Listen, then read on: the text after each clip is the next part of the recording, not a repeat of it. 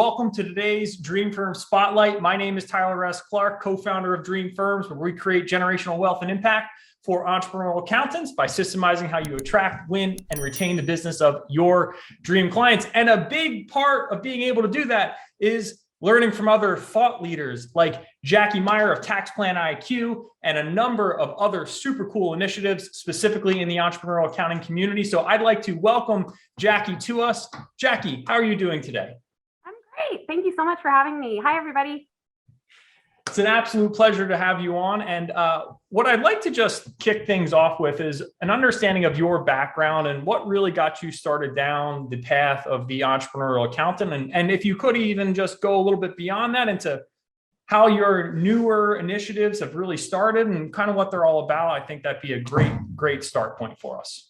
Yeah, well, for many years, I had no idea how I came down this path. And then it kind of like all came together for me in the last couple of years.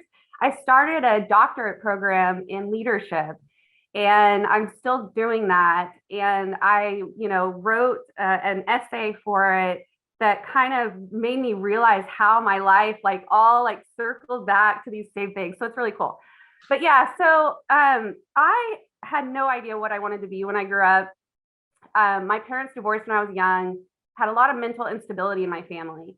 And so I knew I needed to take care of myself. And so I was going to go down that business path no matter what. And so I undergrad in finance. I go work for this tiny CPA firm in Fort Worth, Texas. And I'm thinking I'm going to learn all about finance. And his idea of finance is like where the moon phase was. And I was like, okay, this isn't for me.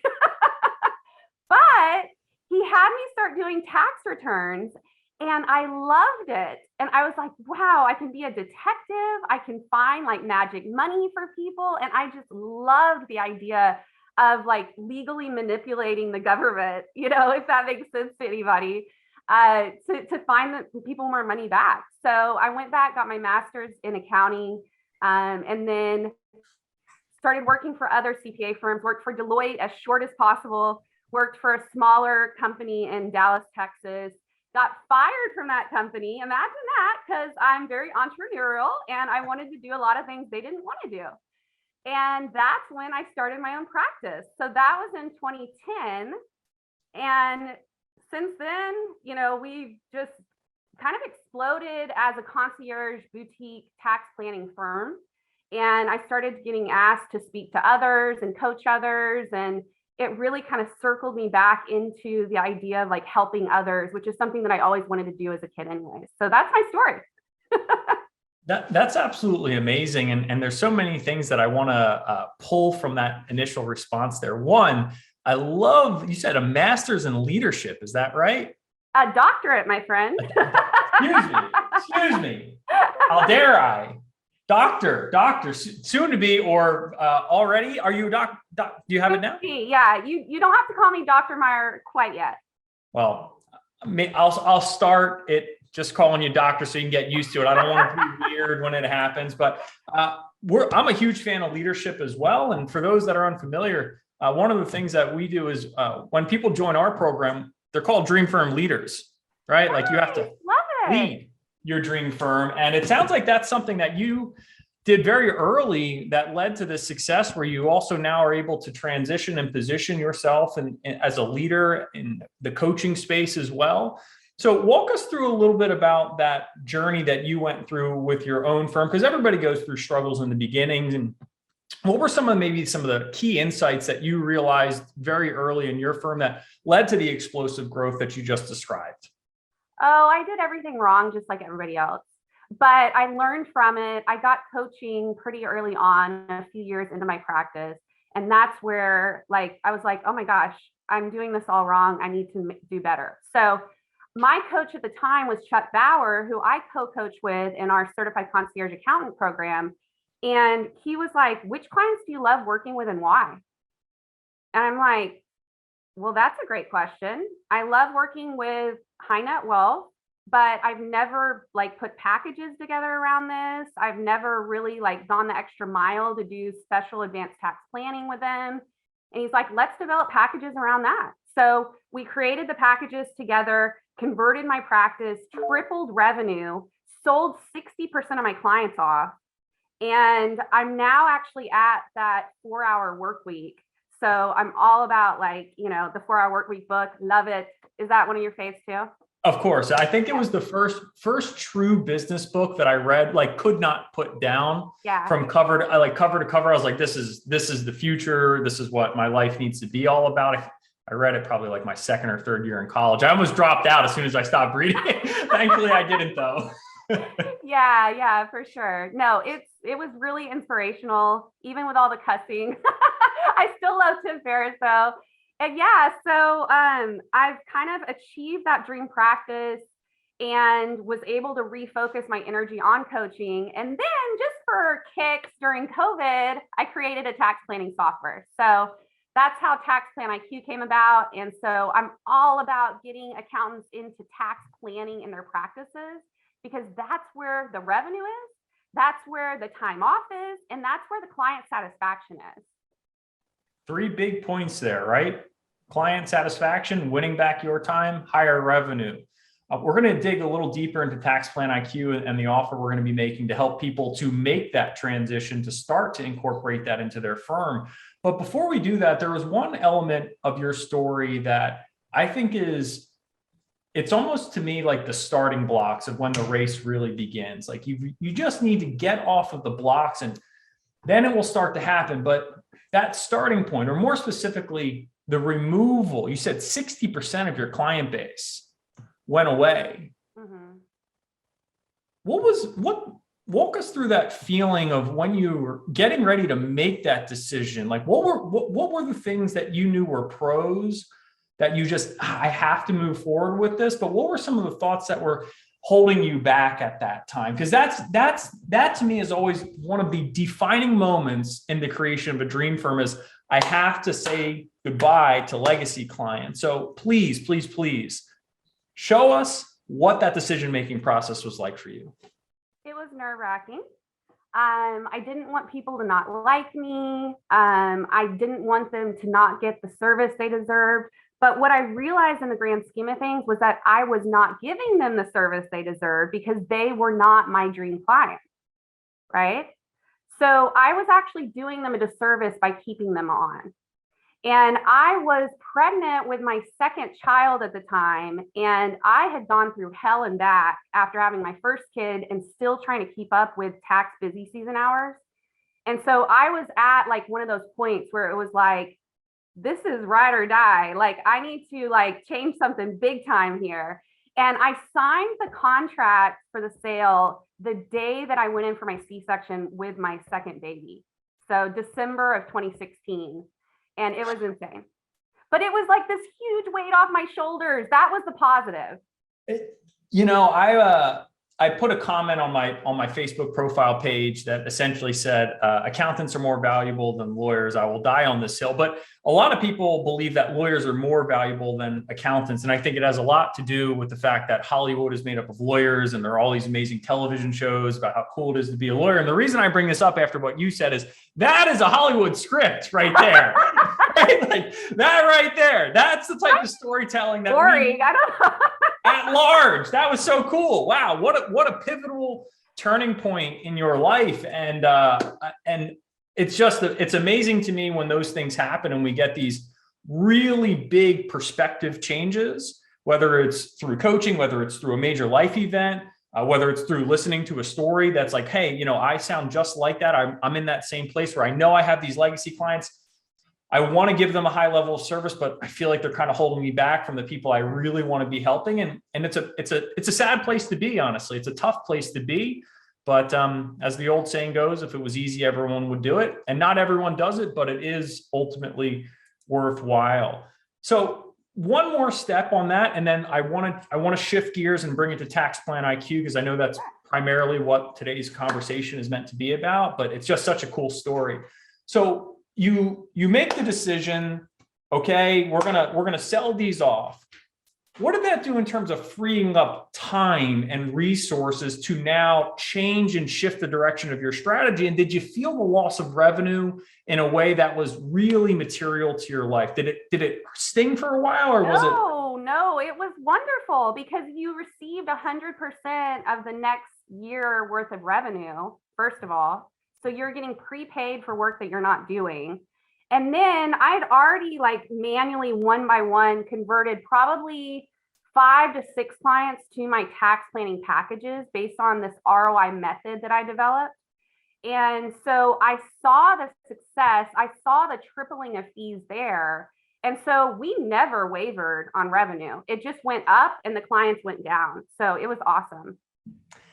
It's an amazing story. And again, I think that there's a critical piece of this, which is the process that allows that to happen and not get you really gunked into all of the nuances and the details. Because again, you can't get to the 4-hour work week, the proverbial, hey, work on your business instead of in it. You can't get to that point without doing some deep work into your processes. Mm-hmm. And I'd have to imagine that this is talking about birth quite a lot, but the birthplace of Tax Plan IQ is through you sitting there and saying, okay, how do I deliver this high level of service as efficiently as possible? But it isn't solely dependent on me. Is that a fair way of phrasing how Tax Plan IQ came about? Oh, for sure. Yeah. I mean, it was essentially like, why isn't anyone else developing this product? It can't be that hard. It's something we're doing manually with all these spreadsheets anyways. And so why not share it with the world? So that's how it was born. And I do call it my third child. So does that make your other children jealous at all? They're too young to know. Okay. So we'll deal with that issue later. We don't need to worry about it right now.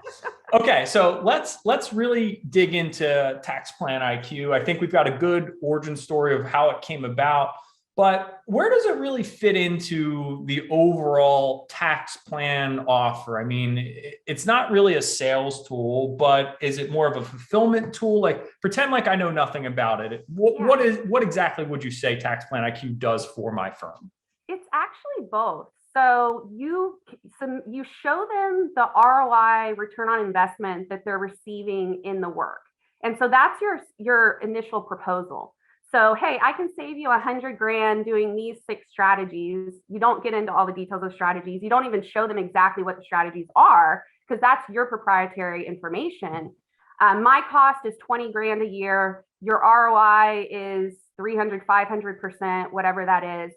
And it's just visualizing the value priced services. It's not doing anything wrong. I'm literally on the AI CPA practice management committee, and I spoke about this at the last, the DC National Tax Convention. I showed them the ROI method, et cetera, et cetera. And it's all legit. It's just a different way of looking at the numbers that the clients are like, wow, this is win-win. I want in. And then it just manages the tasks from there. So you can assign clients tasks that they need to do, have internal tasks that need to be done for tax planning.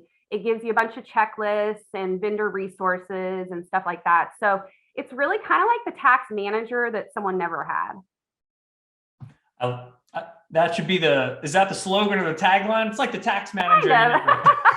It's a pretty good one. That's pretty, so, again, to me, it's a lot of people spend a lot of time trying to reinvent the wheel, whether it's on the marketing and sales and the CRM side with dreamleads.app and what we do, or whether it's on the tax planning side with Tax IQ. And I just find that we can collapse the time to get the results, both for our firm and for the clients, in a very comprehensive way. We just have to know the right people to invest in and the right companies to follow. So let me just ask this, because I love that it does this calculation, and this clearly ties into this ROI method that you're talking about, which I love. And because I'm a big fan of discussing value, but I find that value is this term that gets used a lot in the market, but no one takes time to define it. It's similar to the conversation we had yesterday in your group. I like to be very clear.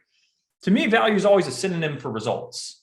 Mm-hmm. And if you're struggling to be able to show the tangible result that comes along with the investment, right? If I say investment, it implies return. But if you can't show me the return in a tangible, quantifiable way as a financial professional, it's going to be really hard to be able to earn those top tier dollars. So when you rolled out Tax Plan IQ, which I assume was after you got a little bit into the coaching side with the concierge, certified concierge accountant. So did you find that close rates were better? It was easier to sell tax plans when they had this tool that really showed the prospective client, like, hey, here's what you're getting at the end of the day? Yeah, it was like that little missing link. So, you were coaching people, coaching people, coaching people, and they were increasing sales and deals and they were bettering their firms on the back end. But it was just that one extra piece that just really made the process that much more efficient. I can completely see how that would be true. And I'm not surprised that that would be the case. Okay, fantastic. So what's maybe a pitfall that someone should be aware of when it comes to using Tax Plan IQ? And I say that because I like to make sure that when someone gets involved with something, they should be aware like, hey, this is the right way to use it. Don't think it's maybe necessarily going to do this. Is there maybe a common belief that you'd like to just kind of quash, or a problem that would be addressed with just a little bit of advice and guidance right now? Yes, for sure. So tax plan IQ is to supplement an accountant. It's not to replace an accountant. Okay. So we're not trying to tell you exactly what strategies to use. You do have to have some tax planning knowledge. And we do give you that education, but you have to know like basics of tax planning, like, oh, a retirement plan is going to defer taxes. Let's pop that into the system. We're good to go. I don't ever want to replace the accountant though. And so that's something that my only direct competitor is doing. And I'm not going to do that whatsoever because y'all's knowledge is too powerful for that. Does that make sense? It does. And that to me is, I think that there's this fear at large in the accounting industry that automation is going to come for all of us. And personally, I believe that the personal relationship is one of the most powerful elements, period, in marketing and sales. And I don't think it's ever going to go away. But I like that this is a facilitator to help the knowledge be expressed more clearly. It's not meant to be a replacement of applying the knowledge to the particular situation of the individual, being willing to have the conversations. And look, everyone should want to improve their overall knowledge and skill set, right? Like, Sure. I couldn't ever replace the full marketing and sales. I try and do as much as I can, but there still needs to be direct input from the owners themselves. They need to stay invested. And it sounds like that's exactly the way Tax Plan IQ is meant to operate as well. Yeah, for sure. And Lynn says, amen, Jackie. Tax planning should be for the true professional who understands the industry. I love it. Thank you, Lynn. That's exactly right. Okay, so I want to just talk a little bit about the certified concierge accountant. That to me is a very interesting name because when I hear concierge, I think white glove service, right? I think it, to me, it's got a very positive overall connotation. Where did that name come from? What is that really like meant to symbolize for you? Like, I think it's such a cool name, and tell us just a little bit about that program as well, if you wouldn't mind. So that's exactly what it's supposed to be. So I've been calling Meyer Tax, my CPA firm, the concierge CPA practice for several years. So we have less than 100 clients that pay us an average of $13,000 or $14,000 a year. And so we're averaging right at that 1 mil mark, netting, third or 40% of that or so. And we got the 4 hours a week in it. So that's what we're coaching in the program is how you pull all that together. Because if you do the numbers, it's really good. Kind of brain breaking. I think I might leave dream firms behind and become a certified concierge accountant. Just joking. No, that sounds amazing. And again, that's the goal here. I think when people hear the expression, more money for less work, that they go, oh, that's scammy, or like that's, it's not possible. And it's like, no, the truth is it's very possible. Yeah. It's just, you need to use my favorite word, one of Jackie's favorite words, any successful entrepreneurs, it's in systems, right? It's like, how do we make sure we deliver the end result as efficiently as possible with as little of the owner's time as required? And it sounds like Jackie has an absolutely wonderful system that would allow that to run for an accounting firm. Yeah.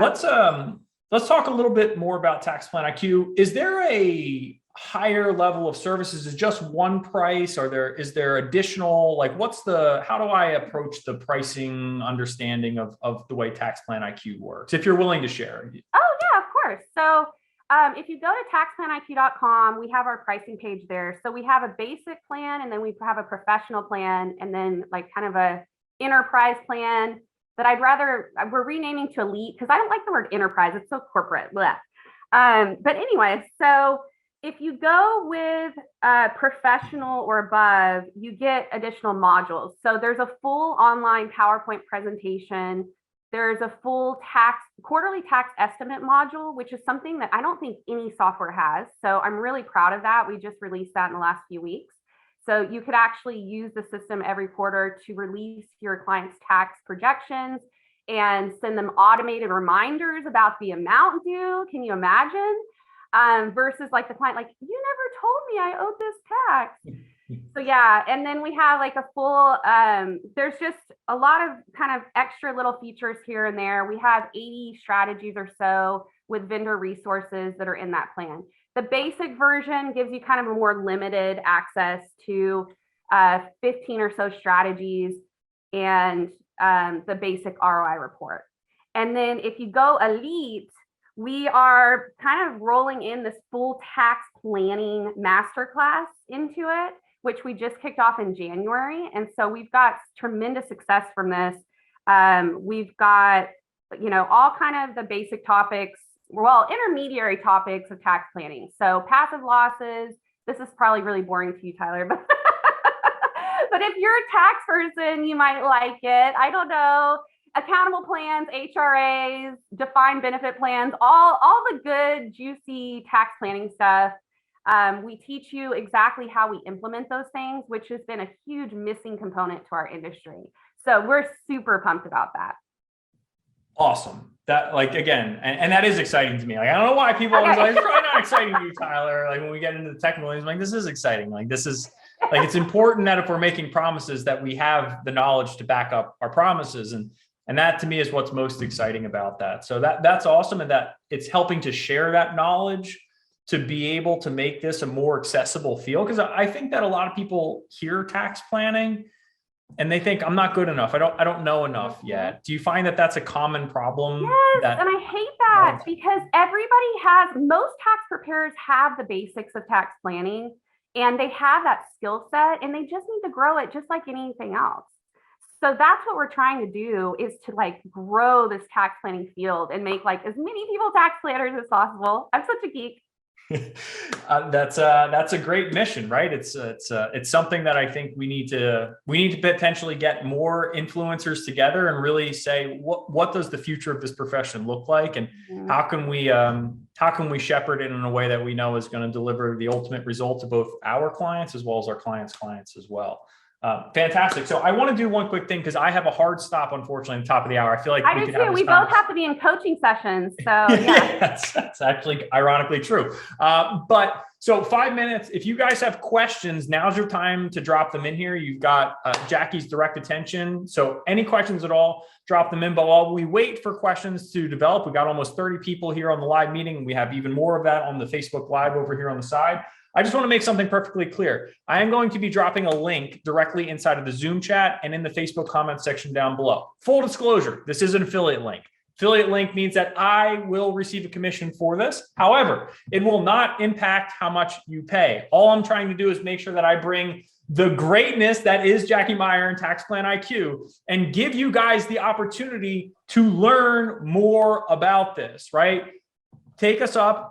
Click that link that's in there right now, because this is the future of the profession. And I want you guys to be involved with it and to give you a little bit of a gentle nudge, just a gentle one. This feels like a hard elbow right now, but it's a gentle one. It's really like, come on. So as soon as you sign up and become a paying client for Tax Plan IQ, we are going to give you one of the single most valuable resources inside of our private high-end coaching community. It's known as the Client Advisory Ascension Script. This thing is, I'm going to toot my own horn. It's a masterpiece as far as I'm concerned. Step by step, how to raise existing prices and resell clients on your value at a significantly higher price point. So if you're looking at your clients, your legacy clients, as Jackie talked about, and you're wondering, who should I move up or who should I move out, right? Up or out. This is the conversation you need to be prepared to have year over year. And when you're getting ready to move them up,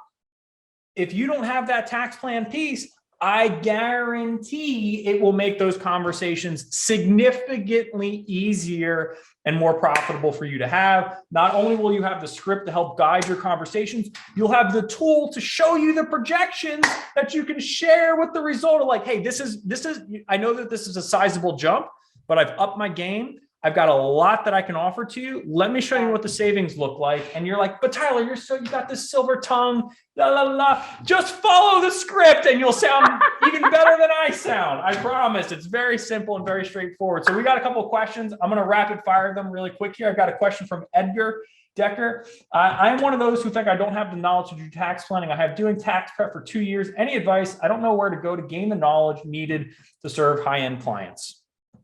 Yeah, so get all the education you can anywhere you can, which is hard because there's not a ton of resources out there for you in our industry. Tax Plan IQ, we have embedded educational videos. Okay, so as soon as you're a member or user of Tax Plan IQ, you can watch those videos to get up to speed on any strategy. But I would say just start one at a time and go for it. So I know, Tyler, you host on CPA Academy. I do too. I have a free class on Section 139. It's personal reimbursements from a business during COVID. It's one tiny strategy that can add up to tens of thousands of dollars of deductions for a client every year. So go Google, Section 139 CPA Academy, come to the course, and that's your first step. You just start taking those courses and you knock them out. Completely agreed. Got a question from Paul Park. If you haven't done tax but have your CPA, how would you start getting into taxes? Similar answer? Yeah, exactly. Just get every education that you can. Work for somebody else that's going to be a great mentor, that's going to show you the ropes. You want to make sure that you develop that muscle just like anything else.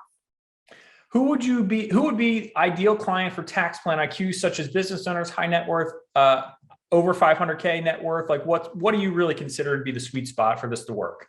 The sweet spot is business owners, high net worth. You got it. You hit the nail on the head. So anybody that has more than, $1,000 to $2,000 of tax savings per year, although you can do some like individual tax planning as well. If you just want to show your value, you can be like, hey, look, I did an HSA for you last year. I helped you form this 401k. We saved you $5,000. So stop complaining about my fees, yo. Okay. You have to add yo at the end of it. If you don't add yo at the end of it, they won't even hear it. Okay, awesome. I got one last one and then we have to close it out. I've got one from Brittany Renee McKnight, and for everyone else, hopefully Jackie or myself will be in the comment section if you want to keep dropping in there, specifically on Facebook.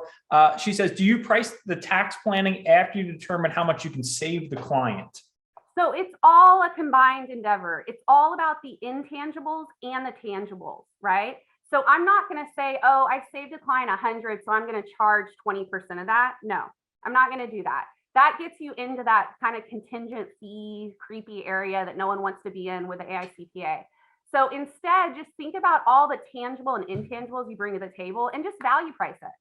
So like my top implementation fee is like 50 grand. I won't go above that personally with the particular strategies that I utilize with my high net worth clientele. But I know others that, go way above and beyond that. So everyone's going to kind of find their sweet spot. I love it. I think I physically heard a couple of ears perk up when 50K was the top price. So Jackie, last question for you. If someone wants to learn more, where do they learn more about you? Well, you can join my Facebook group. So accounting firm influencers that Tyler's a part of, and I'm now a part of your group too. And you can visit my website, JackieMeyerCPA.com. I'd love to have you on the group though. It's a perfect place to start. And then hopefully we'll get to know each other better. Again, link in the comments down below. Check out Tax Plan IQ. You get the client advisory ascension script. Jackie and I both have to run. Remember, only you can create your dream firm, but we're here to help you every single step of the way, including Tax Plan IQ. And Jackie Meyer, have a wonderful rest of your day, everyone. Thank and you go so crush much, it. Tyler.